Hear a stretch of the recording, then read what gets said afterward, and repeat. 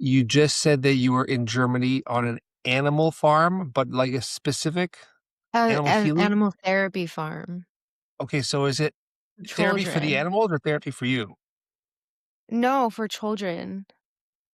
That's My cool. friends own this farm that rehabilitates kids with, like, disabilities and emotional issues and trauma, and they're, like, my second family, and I just come here whenever I need a break, and it is, like, free therapy for me. I love it. I love cleaning the stables, like, when I get to, like, shovel poop, like, all day.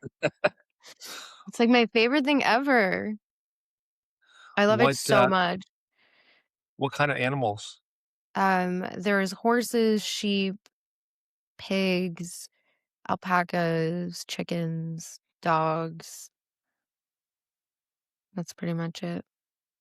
So, I mean, this concept is not new. Animals, like therapy animals, you see them in hospitals. There's like goat yoga. There's all kinds of stuff that involve Don't know. animals. What is it specifically that these children are dealing with? You said physical and mental. Is there like a general theme, or is it just anything? It's a lot of honestly autistic children, Okay. learning how to take in, like, stimulus. I actually watched a kid scream for an hour and a half because he'd never been to the farm before, and for him, as an autistic child, that's, like, the scariest thing ever because Yeah. there's so much to take in, and so, like, part of that lesson for him was learning how to tolerate new environments without having a meltdown. It was hard to watch. I really you can't do anything. Mm. They're nonverbal.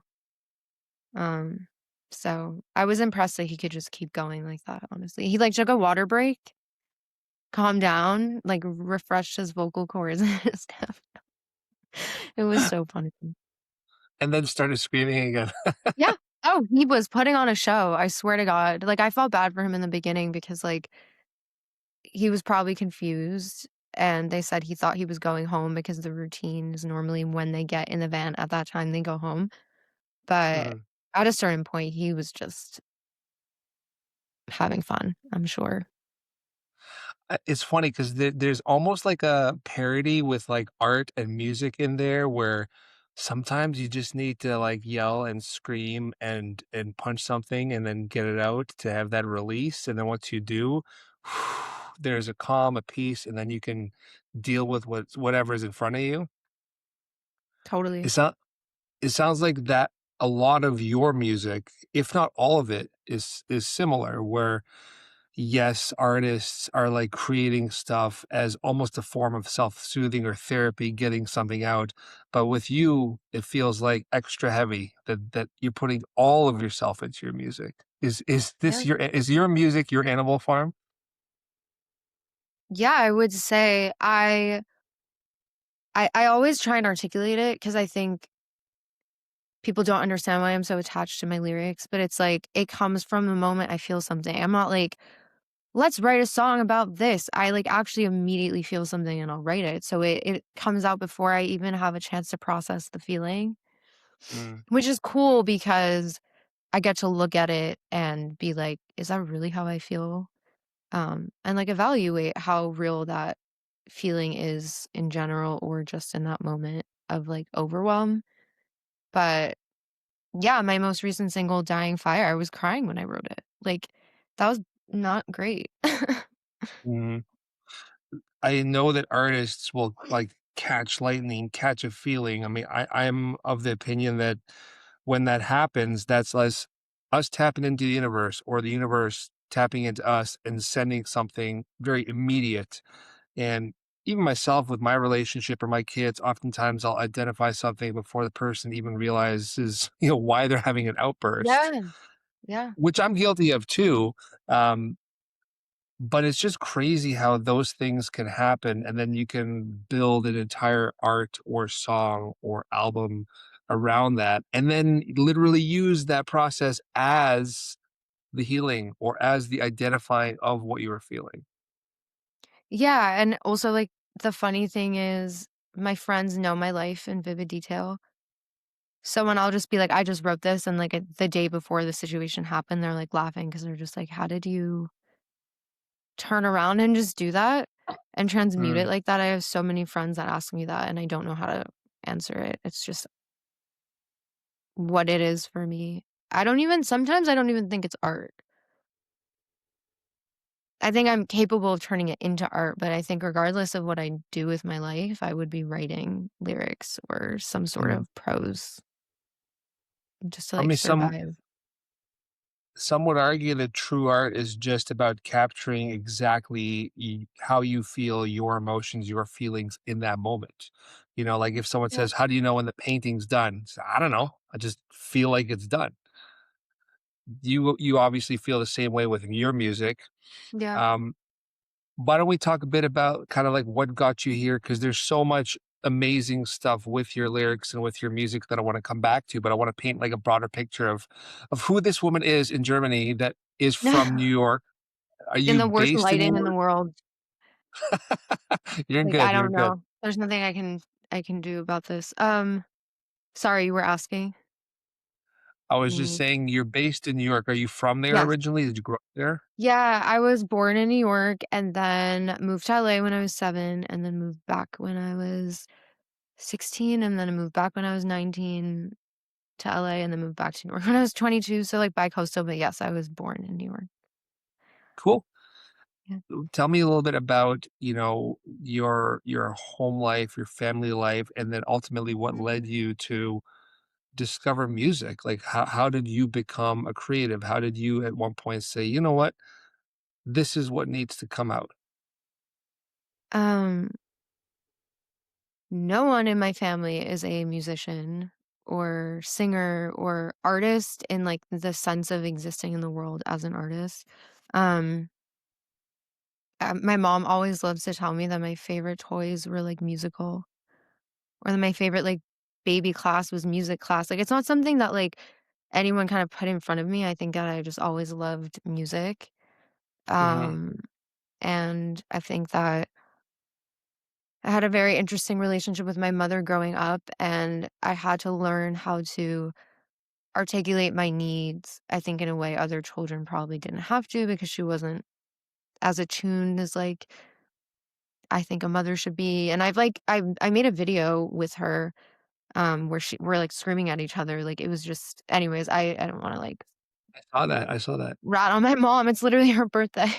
Um, no, but I think that, like, forced me to develop this level of self-inquiry and articulation when I wasn't getting that from a parent, and I think that coupled with just my love of music and, like, loving Santana because of my father and then wanting to, like, play guitar and then getting a guitar when I was 6 and then learning how to put the 2 together when I was, like, 10, I wrote my first song, so I think that's kind of how I got here, and then ever since I was 10, it just became this, like, thing that I would do where I would, like, run into my room and just write a song, um, and then I think I really honed my craft around, like, 18, um, and then I left college to pursue music when I was 19 because I was like, "What am I doing?" When you and don't feel bad. This is the Heart Dealer podcast because we're dealing love, and sometimes people get upset, some people overshare, undershare, cry. That's the whole point of this. I want, your truth. And, so I ask, you know, out of the not so out of the box questions sometimes. Um, do you feel like music or artistry or the writing was more of a coping mechanism or a release for you growing up, like as a teenager going Coping. into your coping? I think singing started becoming the release. Like, when I learned it all happened backwards. So it was like, I always wrote and could speak. I'm a very articulate person, especially with my emotions again, because I was trying so hard to be understood.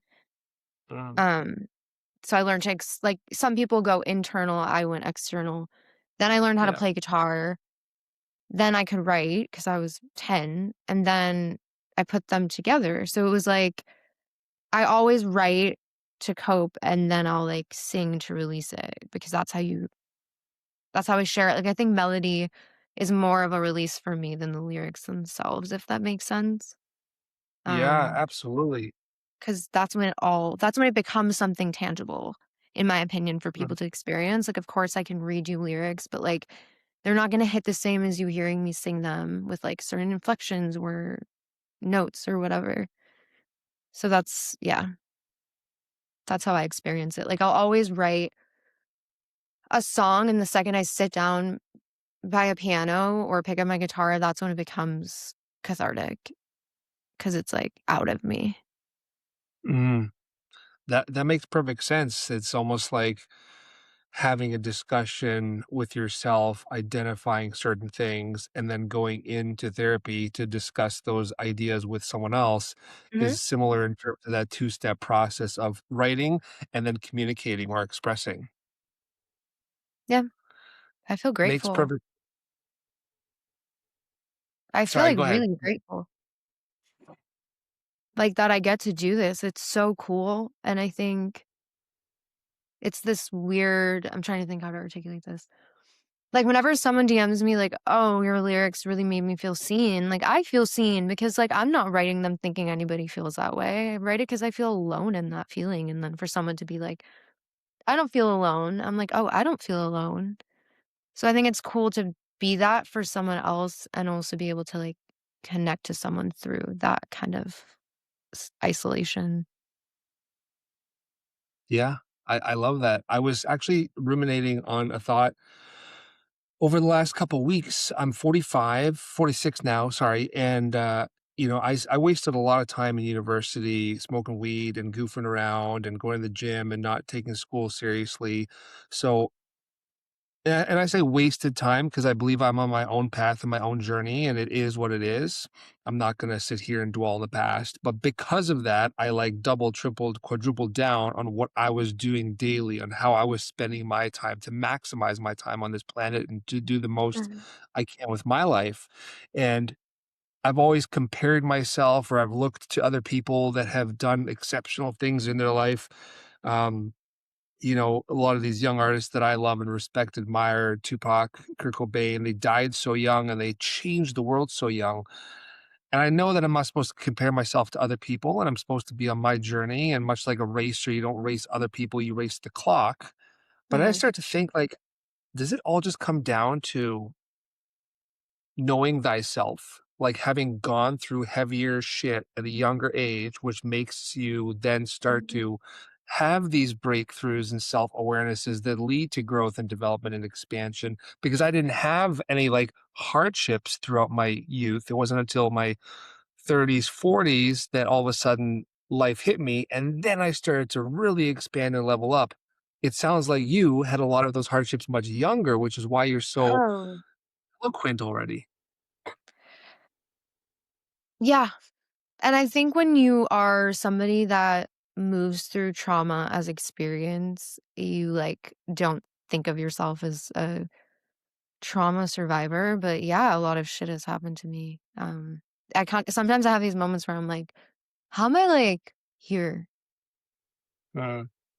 And so well adjusted, and not to be, like, cliche or self-aggrandizing, but, like, I've had many people be like, "How are you who you are given who like, what's happened to you?" And I'm like, "Because I'm never gonna become what hurt me," Mhm. if that makes sense. It does. I love your Um, energy. You're so, well-spoken and, intelligent and self-aware, but I almost wonder if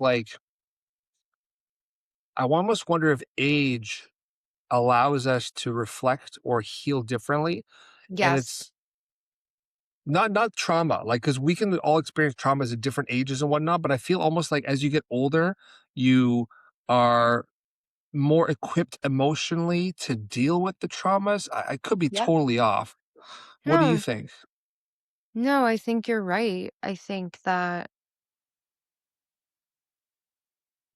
I mean, I'm bipolar, and I had my first episode when I was 18. I didn't really deal with it, responsibly, like, in the aftermath of that episode, and then when I was 21, it was really bad, and I was, like, unwell for 6 months, and I'm like I was, like, psychotic, like, not like, the FBI is chasing me or the TV is talking to me, but, like, psychosis takes many forms, and for me, I Mm, believe everything I think is true, and I think that everybody thinks I'm crazy and that everybody can see through me, and, like, it's scary. It's just like anxiety on steroids. It's like what they mm, call low grade paranoia.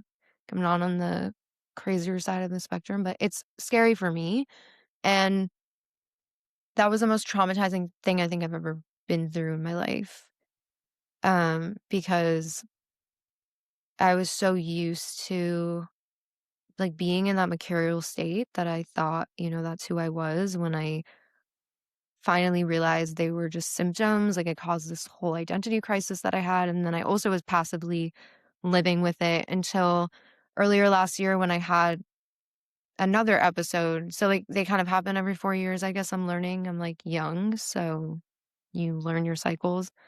But I knew what was happening, and I've talked about this in other, like, articles or whatever, but I didn't have me to identify that something was so wrong. Like, mm, my 21-year-old self didn't have a sense of self. She was developing, and she was developing a sense of self within a unwell version of herself.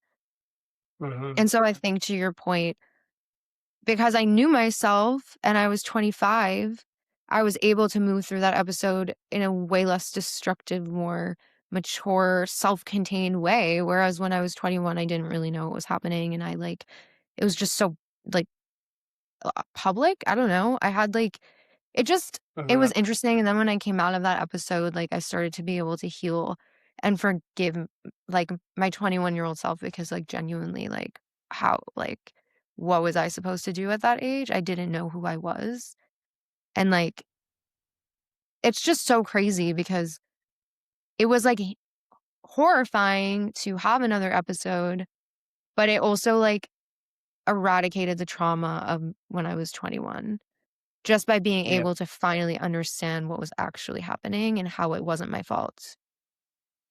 Like, Yeah, absolutely. so So as you go through it more, you're more aware of it, and then is it easier to then forgive your past self or even forgive your current self for these things and just be yeah. accepting of who you are, where you are? Yeah, I mean, I was able to be like, "You know what? She got me here." Yeah. And she didn't like, I don't know how I did it. Like, I look back and I don't mean to talk about myself in the third person, but, like, I don't think I can live that again. I mean, I Uh, probably could, but, like, like, it really was like a wake up call in how I saw myself in my past when I came out of, like, my most recent episode. I was like, "Oh yeah. my god, do I, like, not understand how strong I am for that? Like, why am I hating myself for the way I handled that?" I didn't know what was going on, I didn't have the tools, I didn't know who I was, Mhm. and when I I don't know, the last thing I'll say is, like, when I came out of my episode last year, like, I returned to myself. There was no one to return to back then. mhm. I had to become myself, and so, yeah, I just again, like, I just had so much more grace. It helped me love myself more because that was a severe trauma that I went through that, like, colored the way I saw myself for years. I think you summarized it so perfectly there by saying, "Love myself." I think that no matter who we are, it's very common for many, if not most or all of us, to have, like, a certain expectation, and then if we don't hit that, we assume that we're a failure or that other people would have handled it better or I could have handled it better or, people will think I'm pathetic or weak or whatever for this, Yeah, but we lose sight of the fact that we're humans, we make mistakes, we're yeah, allowed to fuck up and do something, quote unquote cancelable and like just yeah, atone for that and then come back because that's life. Perfection is not it a is. real thing. I think the more you love yourself, the more you're okay with that, the more you're okay with your flaws and all. Um, I love the self-awareness, and I want to come back to that because that's a huge part of like what your music is about. to quote some of the material that I got, your music doesn't just resonate, it names the truths that you're afraid to speak. I love that line. That's where I wanted to talk, like where I kind of wanted to Yeah. start. Um, what is it about the truth? Like most people are shy, vulnerable, don't want to like really reveal everything, but you seem to be the opposite. You seem to be like, fuck it, there's everything. It's not intentional. I think it's just my relationship with myself, and that gets externalized through my art. I don't lie to myself. I think I'm constantly trying to figure out, like, why, and that comes with a lot of self-inquiry and honesty, and I think I've dealt with a lot of relational mismatch in that sense where other people are not ready to look at themselves in the way that I Uh, do all the time. how how do you look at yourself? Because I agree with you. I think it's really important. There's different ways of going inward. There's different ways of like stilling the world and feeling what's going on. What are some of the things that you might do? And don't say farms and animal farms in Germany because we know that. Wait, what do you mean? Like, how I get in touch with Meditation. myself? Oh, I Exactly. can't Yeah. meditate. No, my mind is way too. No, I think I really just have conversations with myself, not in a psychotic way, like in a self-reflective way where I'm like writing prose or just like journaling, and I'll write a sentence and I'm just like, is this really how I feel? Like, I think I'm just one of those people that has to talk. And I'll call my Mm, friends and I'm not asking them to give me advice. I'm like venting and like I'll talk until I give myself the answer. And I think I'm like that with myself too, where I get to the root on my own. It's not through like a modality of healing. And honestly, a lot of it is my art. mhm. Like that So is how I cope with my life. Like, conversation, talking with yourself. That sounds like it's the number one thing. Are there things that, you do on a daily or regular practice to help with your overall well-being? mm, Good sleep, certain diet, exercise, hobbies outside of art, or do you almost put everything into the art? I try and exercise at least like 5 times a week for my mental health. Like I'll lose like if I don't exercise, I just go crazy. Mhm, Sleep is weird. Sometimes I'm bipolar, sometimes I don't really get great sleep. So I try, but no, I think it all is my art and that's like kind of a problem. Like it's really important for me to find a way to separate myself from the drama of like lyrics or narratives, but also it's like writing lyrics isn't like art. Like I don't know how to explain it. Sometimes yes, I go into a session and I write lyrics, so that is art, but sometimes I'm just walking down the street and I'm like writing something and I'm like, "Oh, that felt really good to get out." That's not living in art. I think that's externalizing something so it doesn't live in me, and to your point, like that's where the truth comes out. Because people mhm. don't want to look at what's bothering them, like I have to look at it or I'll die. Like, but I don't meditate, I don't like go to a sauna or in LA I used to hike, but unfortunately I can't do that in New York. I go I to the mean, water. build Yeah, no, I you would go to have the to West Side Highway and I sit there and I just like zone out. It's really lovely. Yeah, I think my friends are really like not in a codependent way, but I'm really social. And so when mhm. I'm like not wanting to be inside myself, like I go hang out with people and just like take a step out of my ruminative like echo chamber.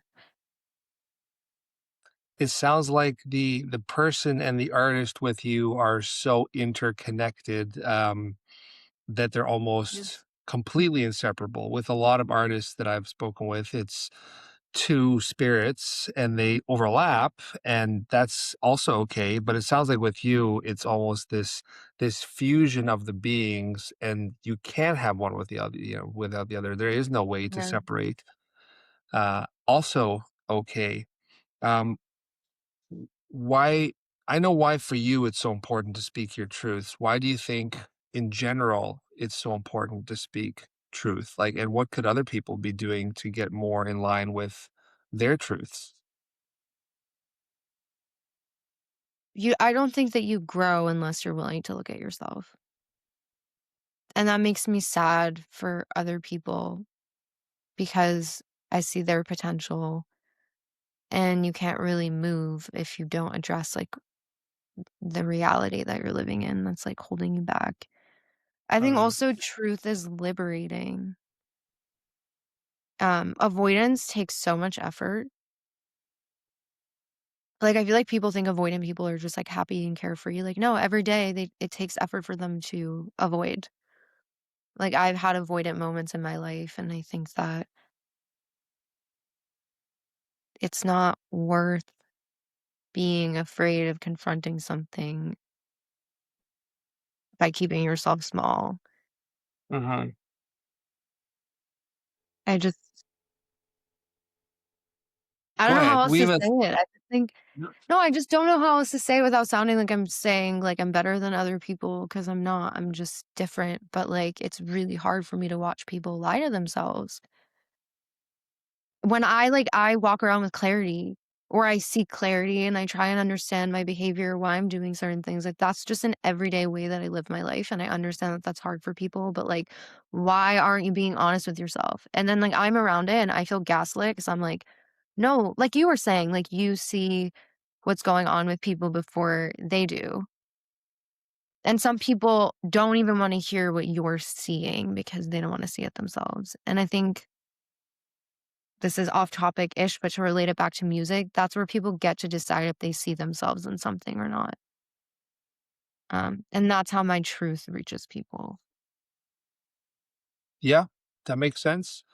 I try to not look at people at all as good or bad, better or worse. If you go to this idea of oneness, um, we are all simply at different stages of healing, of loving ourselves, of Yeah. knowing ourselves. And so why I used to get frustrated with, seeing certain things, and I've now just gotten to a point where I said, maybe you see it and they don't. And it'll take, their journey and their path for them to see it. And as much as I see stuff, there's people about me like that see things about me that I'm Mhm. unaware of. Right. So that's just the arc. Totally.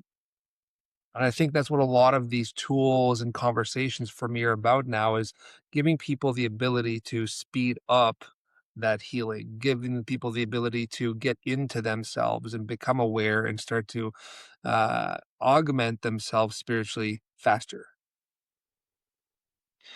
Okay, let me ask you a tough one, I respect that. but Yeah. Dying Fire and a lot of your other songs, including stuff off Dysphoria, um, there's relationship related music, where you talk Mm. about the end of a relationship. And that's great to be real and honest and understand when something was there. It almost felt like you're still on a journey of trying to figure out how you love yourself, though, that you've been putting love in other people and into relationships, but not fully into yourself. But now you're kind of on the precipice of maybe falling into that even more. Does that sound accurate? No, totally. I think in this relationship that I was in, I learned the cost of self-abandonment when you grip intimacy and, like, it still hurts. Like, I love someone that's limited and, like, I can't control her growth, and it's not going to happen on my timeline. And I think the second like, if I could walk away from someone I love that much for myself, like, I could put myself first before anything. And so, being able to walk away from that cycle with that person allowed me to start building boundaries for myself around how much of myself I give. and it was Yeah. really transformational, so it's interesting that you pick up on that because that was, like, the access point. Like, access, like, with a X. Um, Oh, Axis. Yeah, yeah, yeah. yeah, it was an access point for me, I think, because it's so complicated. I'm still dealing with, like, unpacking this relationship, but, like, she did love me, and it was almost through, like, how much she loved me that I saw how much I deserved to be loved, and then I had to take what she taught me in the moments that she wasn't showing up from a place of love and love Yeah, myself and, m like, move forward without her. It's really weird and trippy, but yeah, for sure, and even when I wrote "Hurts Me to Hate You" when I was 21, like, years ago about my mother, that song came from a conversation where I was literally screaming at her being like, "You're just a person, and I let you have all this power over me, and I act like what you think of me is objective fact, like, it's not. You're just a person." So that also came from this place of like, "Oh, like, I can't allow the people around me to define me, especially when I don't respect what mhm, they think," you know? Um, absolutely. but Well, so from your truth, I'll add for you that I, uh, I went through a separation 2 plus years ago, and, it was a huge wake-up call for me because it was the second time I had a marriage end, not that I think that the first one was necessarily related to me, but it all comes down to our relationships with ourselves, and so this time around, I really went inward, hard and heavy, fast and furious. From day one, I was like, "Rip everything off, release everything," multiple therapists, just to see what was underneath, the hood, so to speak. And one of the main thing was I realized that as much as I'm a big, successful, confident, happy dude with lots of friends and kids and all this stuff, I wasn't really at peace with myself. I didn't really love myself. And so my mhm, relationships were built on a, not a codependency. What is the word? Oh my God, I spaced on the word. An anxious attachment. That's what it mm, was, because I wasn't comfortable being just with myself, and that's, like, such a huge thing to learn and to grow, and yeah. now, I get it, and so my relationship with whoever is so much healthier because it's I'm good with myself. Yeah, that's how I feel. So you're better with yourself. How do you feel about the self-love and the assuredness now compared to before? Do you still think you have a lot Um, of work to do? I think relationally, I love myself in terms of, like, how I show up in relationships now and my boundaries. Mhm. But like, my relationship with myself, I have a long way to go. But I will just never allow myself to lose like, no, that's just never gonna happen again. Even with friends, it's just and the craziest thing is relationships that relied on that version of me, like, all fell apart. Like, the version of me that Yeah. bridged the gaps that I didn't create, that held the emotional labor, like, they all just it was like Yeah. cleansing. Good for you. I mean, it's funny Mm, because that's such a key part of the journey of being successful as well. Whatever metric of success you use, you have to be willing to completely ignore every single naysayer. And I love my parents. I love my family. I hold them to a high regard. But that was part of my struggle in my journey of, like, believing in myself and building my companies and doing what I feel is my purpose. I was like, I have to stop caring about, like, how are you gonna make money and making sure that you're doing, this to I have to serve myself above all else and just fall into it. And that wouldn't have happened if I didn't have all of these challenges and if I didn't truly start to love myself and let go of what everyone else thought.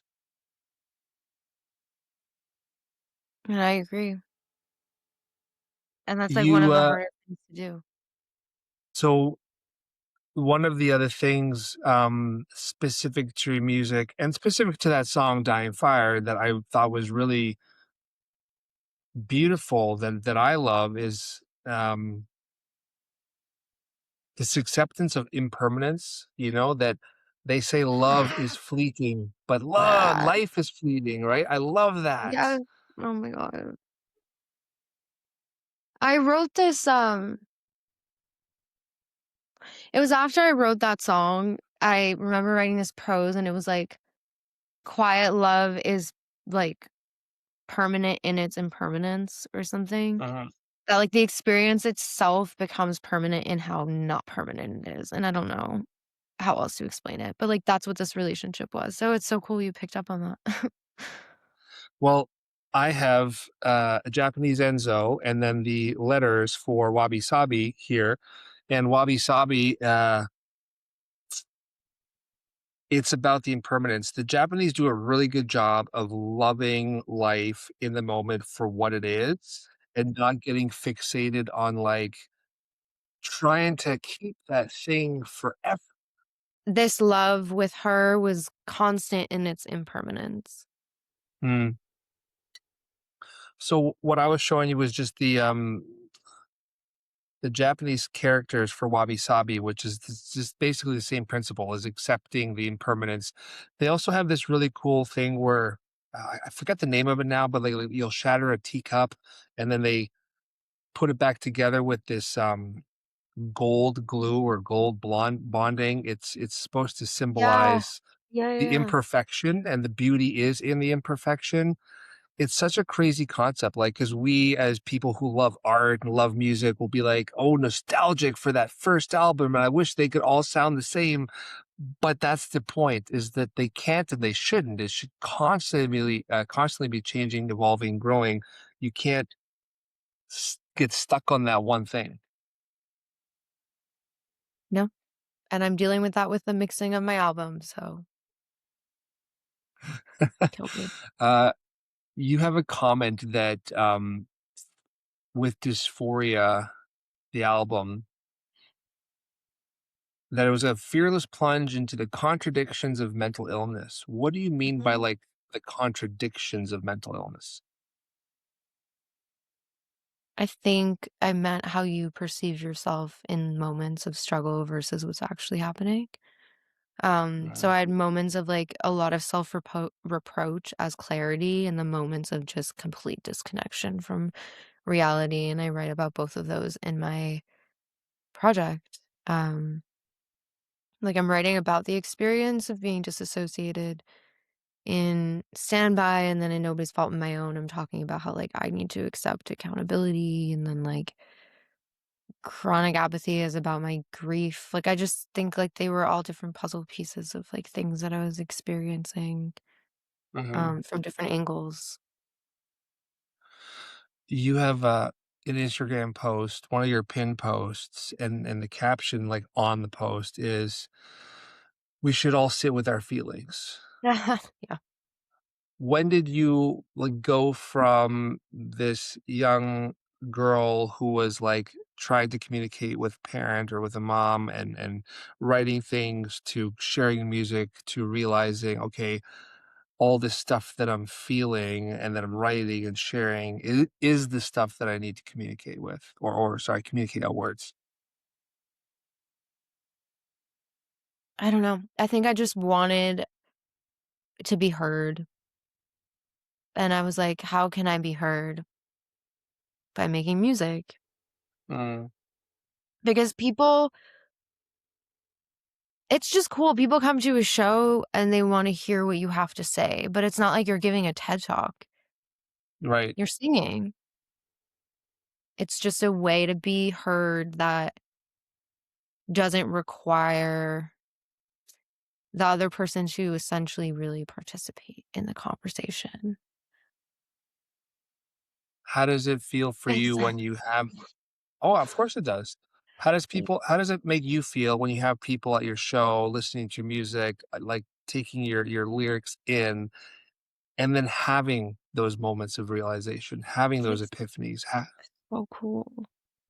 It's so cool. Like, I only make music, and when I say make music, like, have pursued this career because I want to share my insights with people and make them feel seen and heard, and I think when someone said something to me where they were like, "I was gonna send my ex a text and then your song came on, sit with it," and I, like, didn't do it, and I was like, "That's surreal as fuck." Like, I've gotten really deep messages from people, but that's just a story I'll never forget because Um, that's just really funny to me. I don't know, that's so cool. yeah.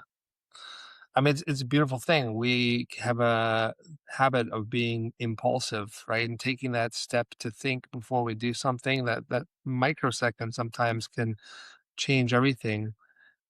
Let me ask you something else that's a fun thought. Art is about expression, healing, getting heavy shit out. And yet, it's in an industry that does the exact opposite, where Mhm. many times it pushes back a heaviness and it creates situations and opportunities with ego, with drugs, with power and money and whatever it is that then befall the artist. So what's it like living in that weird balance for you between, It's authentic artistry and a crazy industry? I hate the fact that in order to be heard, like, you're essentially capitalizing on your vulnerability. Like, it's just weird to take something free and, like, monetize it, but that's just how the world works, and even if money isn't involved, like, streams become currency even if they don't make you money. Yeah. Instagram likes are currency, Instagram followers are currency, TikTok views are currency. It's like, I don't tolerate it well. I don't use TikTok. I don't use Instagram maybe the way that I should, and I've watched people who started with the same amount of followers as me just, like, grow their accounts, and, like, I'm so proud of them, but, like, I don't know if I could really do what they're doing while, like, Mhm. feeling connected to my art. It doesn't feel authentic to me, and I feel like that sounds pretentious or entitled, but, like, I just don't think I could make a reel with superimposed text being like, "I'm the next Phoebe Bridgers," like, that would kill me. I want to, like, make a music video that means something and post that, like, but unfortunately, that's not how you get followers. Mhm. And I think it is really like, I cold emailed this music supervisor because the only way you really make money in this industry is by getting placed in, like, a TV show or a movie or a commercial. And I'm like, I really would rather that, like, happen than sell myself on social media. Yeah. I don't disagree. I mean, many people have said this before. I love to reference Rick Rubin. He he basically says that he never focuses on the outcome. He focuses on the product because as soon as you start to put any effort on the outcome, the product suffers. And it's the Exactly. same with art, right? It's the same with art. If you're sitting there thinking about how this is gonna, like, be sold and marketed, and are people gonna do this, then you start to change the art in a way that's not authentic to that natural process of creating it. So it sounds like Mhm. you focus on the artistry and the music and the message, and then if that hits or not, you're less concerned with. Yeah, and I think I get down on myself about that a lot because I'm like, I should have a strategy. I should care about it reaching people and doing, like, the most that I can, but also, like you said, if I were to make a TikTok, I would stress about the outcome. Mhm. That's not creative for me. That's not fun. That's literally soul crushing. Like, if I put out a music video and it got 10 views, like, I wouldn't care because I made art and I put it out there and it means something. But, like, social media is like ego. Your ego's involved. It's like, I don't know. I Yeah. hate it.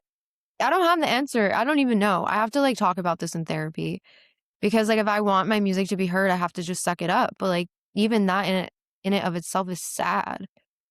I don't Yeah. wanna have to suck anything up and feel like I'm not being authentic.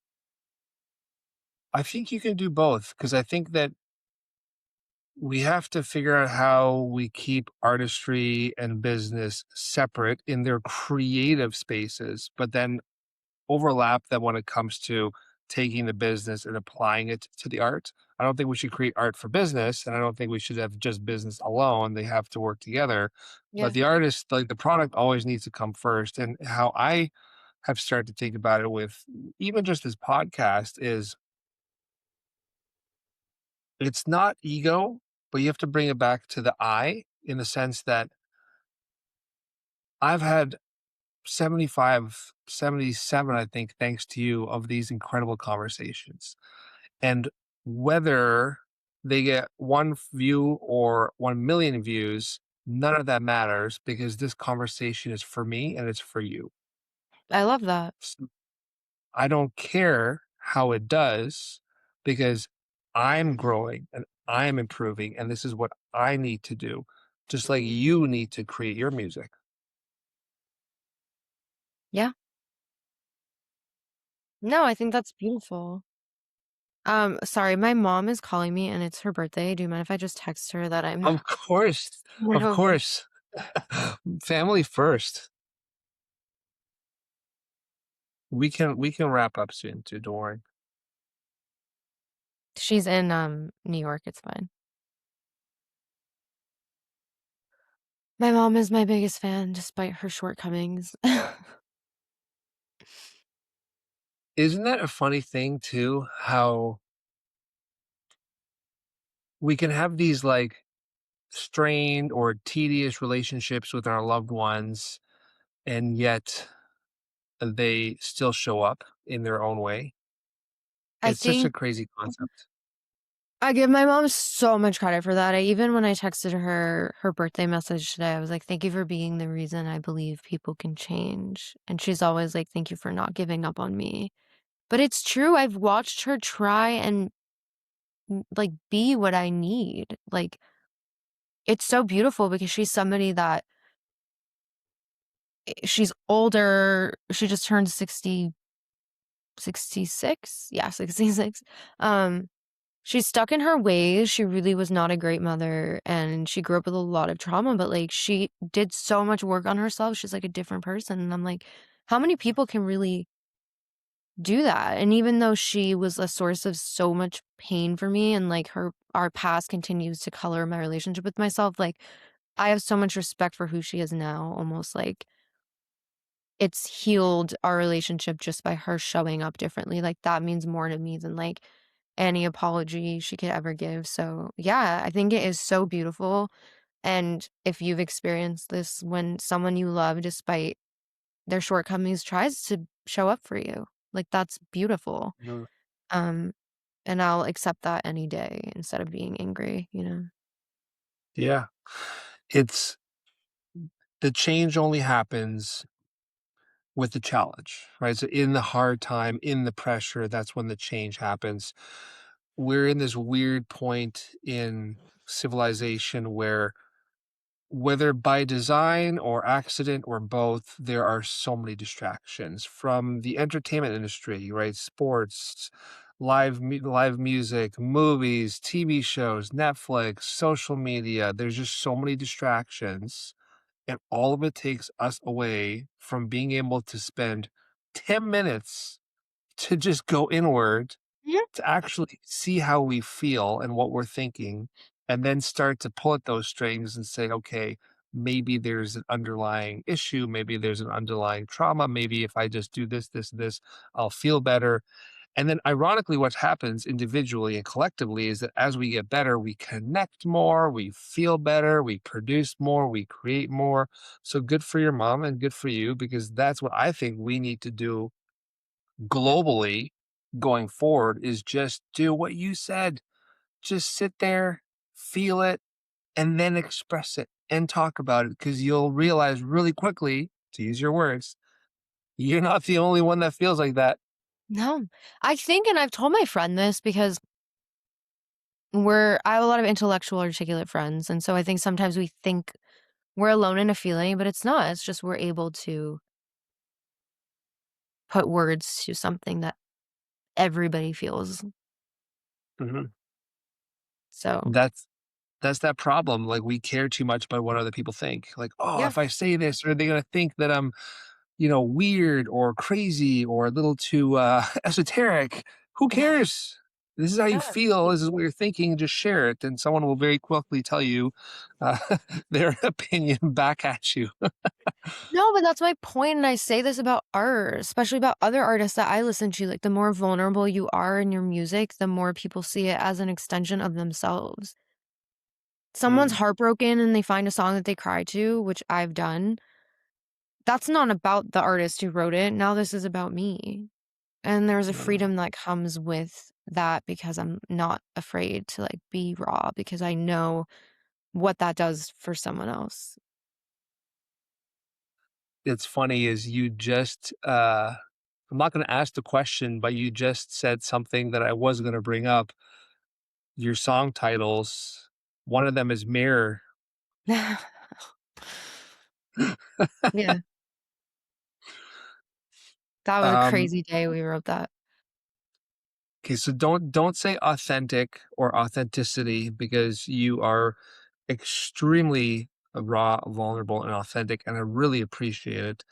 What is something that someone is aspiring to be in your position as an independent musician has to do without question, other than just create for creation's sake?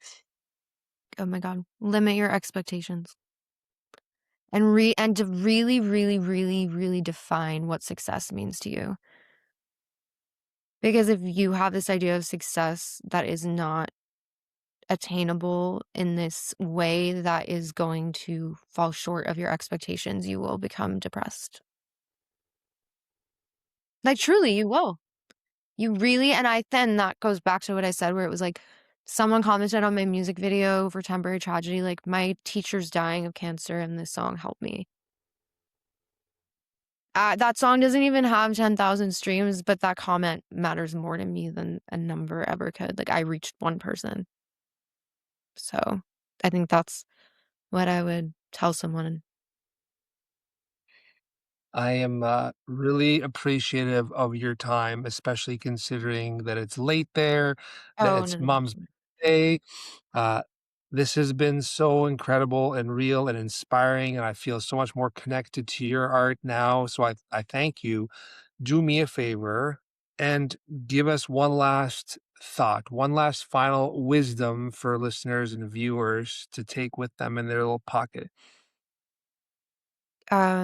I think it's really cool that we're in completely different places, geographically, and we both are doing what we love because we love doing it, and we don't really care about the outcome as much as the experience of doing it. So I think that's really admirable and beautiful because you give people a platform to express themselves just so that they can express themselves and so you can facilitate that.